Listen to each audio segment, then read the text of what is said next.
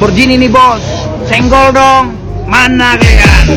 Fenomena afiliator binary option kini jadi perhatian usai satu persatu dijebloskan ke penjara. Seperti diketahui, selain Indra Kents dan Doni Salmanan, sejumlah anak muda kerap disebut-sebut sukses dari hasil trading binary option. Salah satunya seorang YouTuber asal Aceh Utara yang kini menetap di Medan, Nodi Wakgeng atau Junaidi. Pemuda kelahiran Kecamatan Samudra, Aceh Utara, 11 Maret 1989 ini juga turut dicari-cari warganet usai heboh kasus penipuan binary option. Lantas, siapakah sebenarnya Nodi Wakgeng atau Junaidi ini? Nodi Wakgeng adalah pria yang terlahir dari keluarga sederhana di Aceh.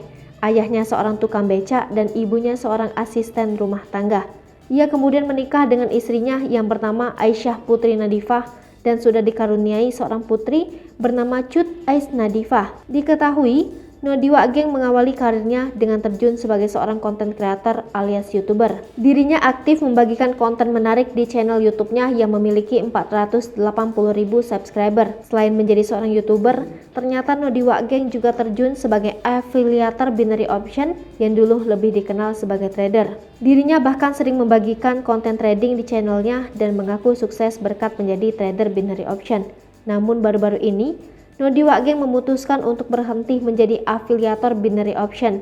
Berita ini diumumkan langsung olehnya di akun Instagramnya. Hal ini setelah pemerintah Indonesia memutuskan kalau binary option adalah judi dan ia mengaku baru sadar kalau hal tersebut adalah judi online. Pria kelahiran Aceh Utara yang kini menetap di kota Medan ini juga kerap memamerkan harta kekayaannya ke publik melalui akun media sosialnya. Tidak mau kalah dengan Indra Kents, Nodi Wakgeng ini juga sering memamerkan harga outfit atau pakaian yang harganya miliaran rupiah. Ia juga kerap memamerkan mobil mewahnya dan suka menghambur-hamburkan uang.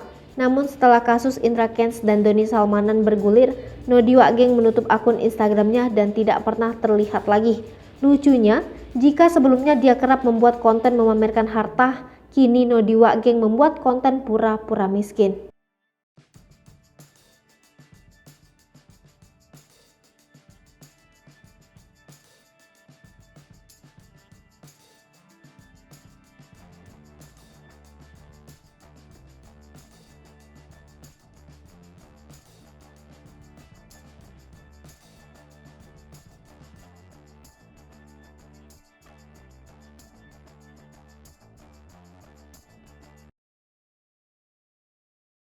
Hai pemirsa Sri Popo TV, jangan lupa komen, like, dan subscribe, serta tonton terus berita-berita terupdate lainnya ya.